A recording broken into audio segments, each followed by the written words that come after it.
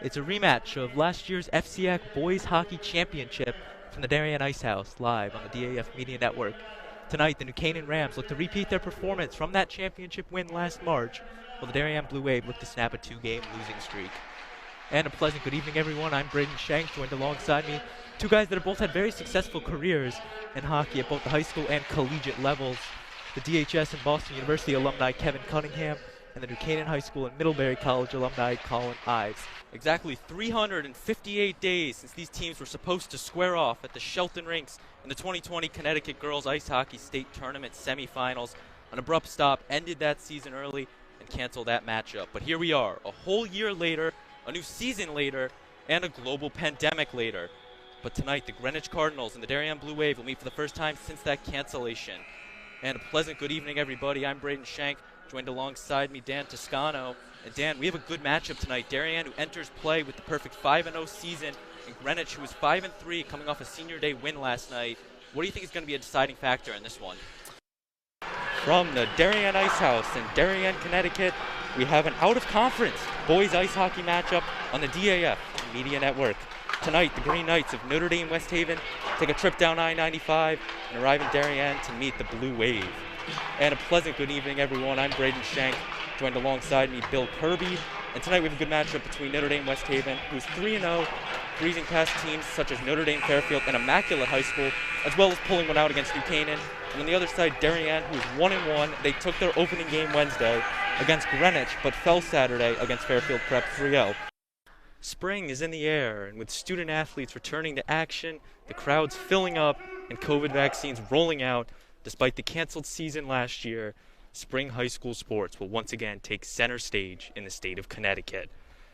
Today we have a high school varsity boys volleyball matchup here inside the main gym on the campus of Darien High School between the 1-0 Darien Blue Wave and the 0-1 St. Joseph Cadets. And a pleasant good afternoon, everybody. I'm Braden Schenck, joined alongside me, DAF Media's own Damian Andrew. You are looking live outside the Darien Ice House in Darien, Connecticut for this FCAC Girls Ice Hockey semifinal matchup between the 1-seed Darien Blue Wave and the 4-seed Greenwich Cardinals. And a pleasant good evening, everybody. I'm Braden Schenck, joined alongside me, Dan Toscano. This Darien team, as you mentioned, 3-0, three just dominant games for the Blue Wave.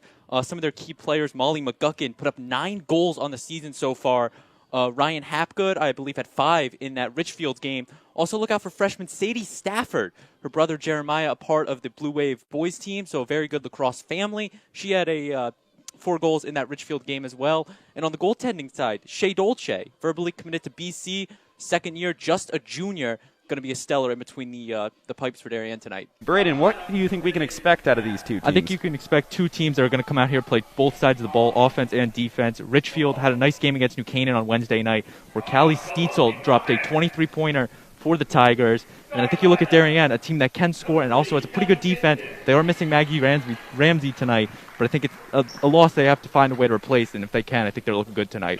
Yeah, you're right, Ian. New Canaan, they took down the Blue Wave twice without Chloe Humphrey, but Chloe Humphrey is just an overall amazing lacrosse player, putting up 10 goals in this FCAC playoff, 6 on Thursday in the FCAC semifinal. So New Canaan, that's one player that got to scout here if they want to keep the score low and potentially win this game. A defender, a third chance off another defender, and we now have 1 minute left, and it's in! Ahern. Ryan Ahern says good night to the Blue Wave. Stein going to keep it in the zone of Erickson. Again. And the shot is in! Darien ties it up with 51 seconds left. Notre Dame West Haven trying to put some offense together up front, and it's in! John Michael Childs ties this game up. What an absolutely beautiful play for the Green Knights. An assist up, and John Michael Childs finds the hole and ties this game up. Darien's going to intercept it around center ice. A hit there, but no call. Passed up to the wing. The shot, and it's in. Chelsea Donovan puts one in for the Blue Wave.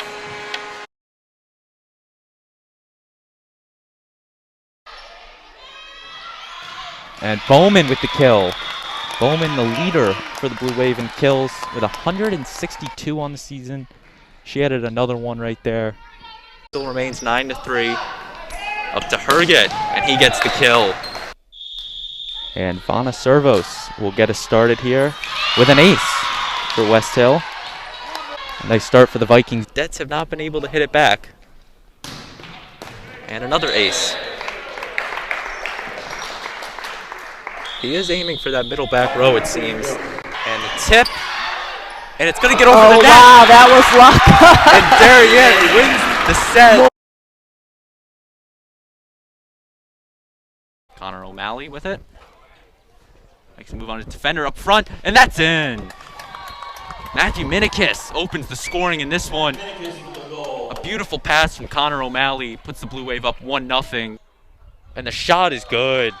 Matthew Minikis, the attack, makes it 2-0 Blue Wave. Coming from point X, the shot, and that's in. Matthew Minikis picks up his second in the game. Very similar style as his first one.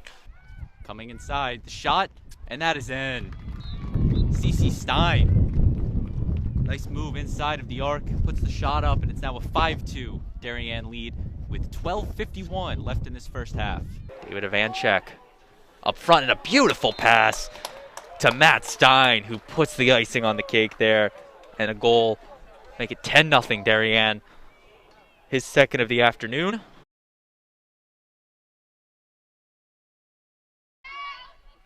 She's going to line this one. Romano makes the play.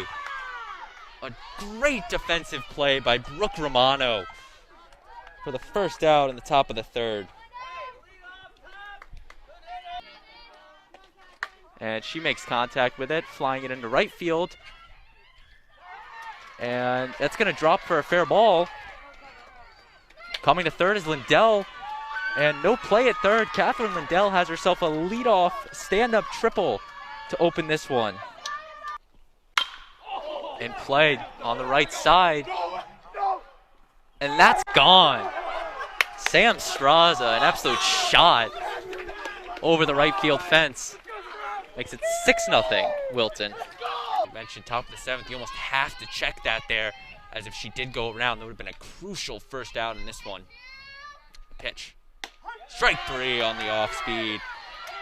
Blake Wilkes picking up her 5th strikeout. That off speed pitch is just filthy. The full count pitch from Ben Haste. And swinging. That's hammered. That's out. That's gone. Frank Drugi with his first home run of the year. Puts the Wave, starts the comeback. 9-4.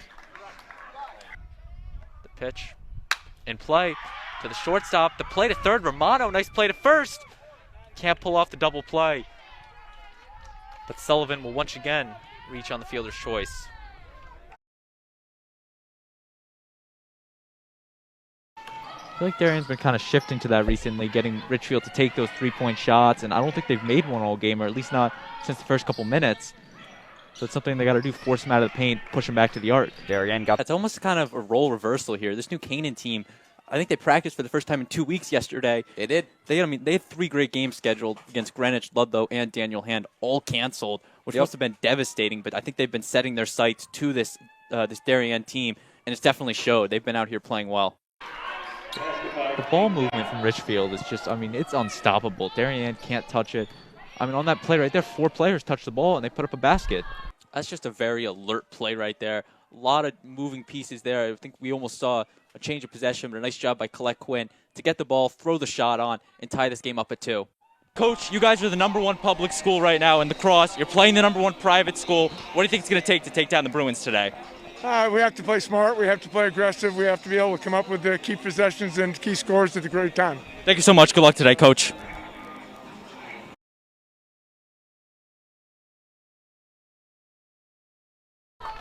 Halverson will be the first to greet Schlissel in the bottom of the third.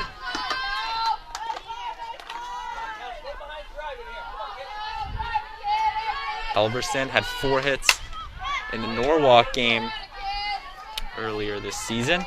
Darien picked up an impressive 12-8 victory over the Bears. She fouls that one off.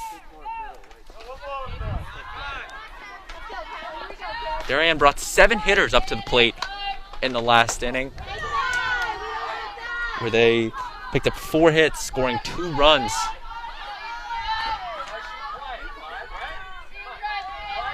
And the count now moves to 1-1.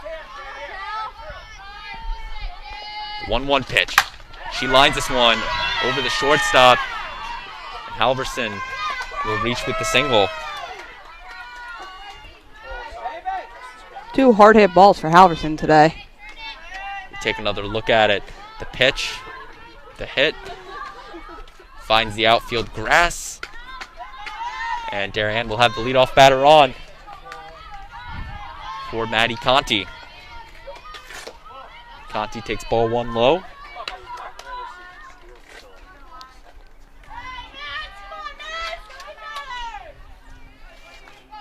Schlissel down 1-0 in this count. Lines that one off of the glove. And Iaquinto tries to make the throw over to second. But all the runners will advance. We take another look at it. The pitch. And lines it off of the glove of the third baseman for Danbury. Good base running by Halverson to read that and make sure she got to second. It's always a tough play, those line drives. You don't know if it's going to be caught or not. But she reaches second as Lawler couldn't come up with the line drive.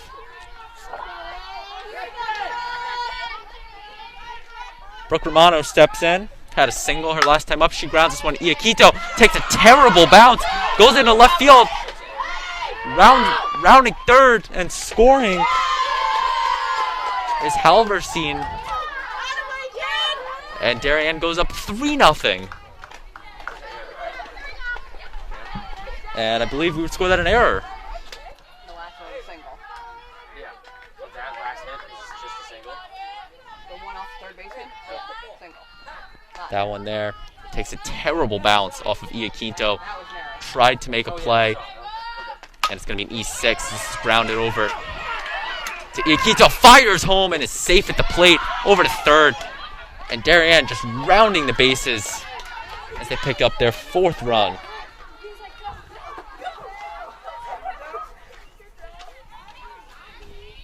And Danbury will take their first mound visit to Schlissel. Nicole, what have you seen out of this Darien team really the last 2 innings? They're attacking early in the count, making sure Schlissel isn't getting ahead of them. They're second time through the order, so they're seeing the ball very well.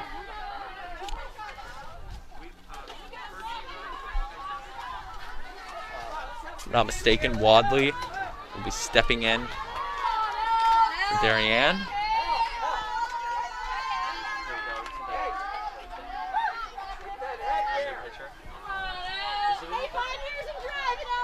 As Schlissel will take the mound visit but remain on the mound for the Hatters.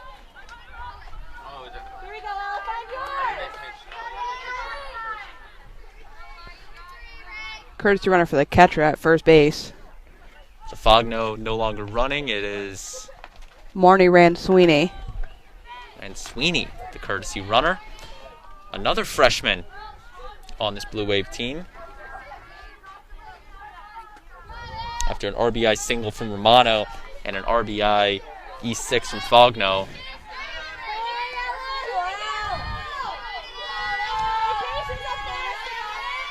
El Wadley, first pitch, fouls it off, looks like off the knob of the bat.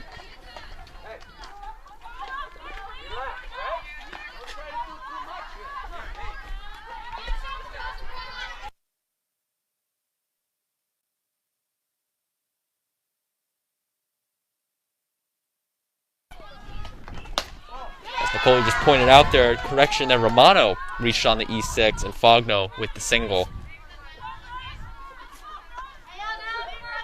There were 2 shots to the left side, one off of the third base Lawler's glove, the other one Iaquinto tried to make it. That one's going to range Iaquinto back. She will make the catch, tagging from third and scoring is Romano. Going to second now and will be tagged out is Rand Sweeney. So the sack fly scores Romano, but Rand Sweeney is thrown out at second. We take another look at it. Rand Sweeney with a late tag, waited for the throw, and then it tried to advance to second, but was thrown out. I believe that's still a sack fly, though. It is a sack fly.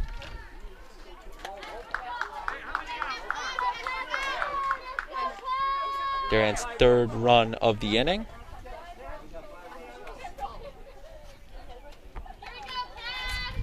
Catherine Lindell, the DH for Darien, now up.